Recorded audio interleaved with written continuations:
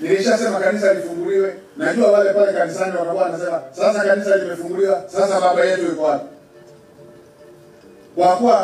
Kwa kuwa baba yao hajawahi kukamatwa na polisi. Na polisi walitoa tamko wanamtafuta. Inawezekana aliko akaogopa kutoka kwa kudhania polisi wanamtafuta.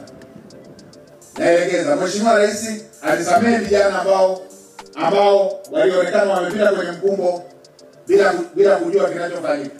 Akaelekeza kutoa msamaha kwenye taasisi za kidini. Msamaha uliotolewa, nitamke leo, IGP pamoja na jeshi la polisi, ile mliokuwa sema mnamtafuta Askofu Gwajima, iacheni, mwacheni aendelee na ibada zake.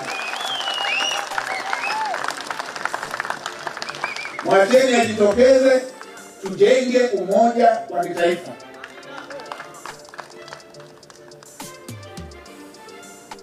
Tushikamane kurudisha umoja wa kitaifa.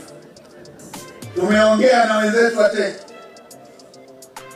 Tulikutana kidugu, kirafiki, tukaongea. Tumekutana na wengine na wao wanaendelea. Tumekubaliana. Na hapa nitumie jukwaa hili kuwaomba viongozi wote wa dini, viongozi wote wa dini mbalimbali, viongozi wote wa mila, viongozi wote wa makundi mbalimbali. Tuendeni sote kwenye jambo hili. Sote, wala tusifanye kwa uficho. Tujitokeze, tuhamasishe Tanzania yenye amani. Tusirudishe tena Tanzania kwenye historia ambayo haijawahi kuiona. Twendeni sote tujitokeze. Huu ndio wito wa kiongozi wetu mkuu wa nchi. Twendeni sote wa Tanzania, tuongee kama wa Tanzania, turudishe umoja wa kitaifa. Sote twendeni tuambizane kwenye ibada. Tukienda njia hii tuliyotaka kuifuata, hakuna atakayeshinda.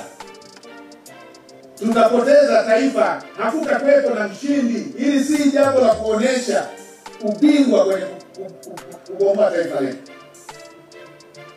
Natoa rai kwa viongozi wote, viongozi wa dini wote, kila mtu wa imani yake. Tena tukimtanguliza Mungu mbele. Tutoe wito wa amani katika taifa letu.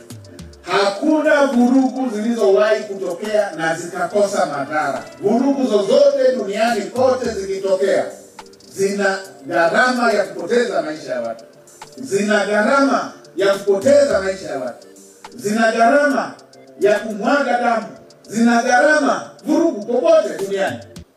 Popote duniani pakitokea vurugu, pana gharama ya chuki, makovu yasiyopona. Makovu yasiyopona. Makovu yasiyosameka. Tusifikishwe huko.